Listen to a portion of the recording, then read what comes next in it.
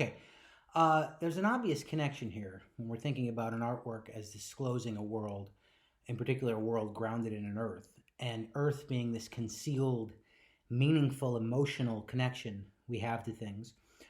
There's an obvious parallel here between what we've talked about, and not just a parallel, but maybe a building on top of the foundation that we've already talked about in Heidegger concerning the way he understands moods, or Befindlichkeit or Stimmung in German, as receptual attunements to reality that reveal something about reality that we can't necessarily think. Moreover, we could say even this, as we've said before, moods, all thought takes place in a mood. And for example, the mood of philosophy, as Plato says, is wonder. The mood of our age is apathy, right? And artworks and the beautiful and meaning, all these things are connected with moods, right? Emotion and mood is when something means something to us, when we care about it. And in turn, we care about our own being because we care about things, okay? Because Dasein is the being that is concerned about its own being. It's the meaning of its being is care, because it works out what it is. And so its cords that tie it to the world are its existential care for itself, in a certain sense, okay?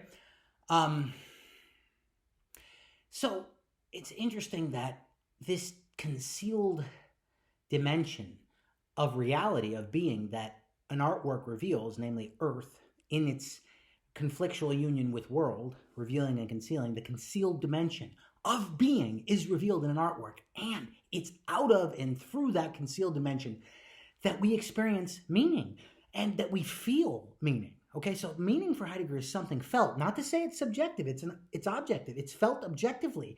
And when it's strange to think of what ties us to things are the earthy quality of things. I remember the story I've told you, and it's all over the Instagram thing, my Instagram, but then the university Instagram. The funny video of me doing the nunchucks. What was it about the nunchucks? The nunchucks were given to me. They were my father's nunchucks, and there was an earthy quality about them.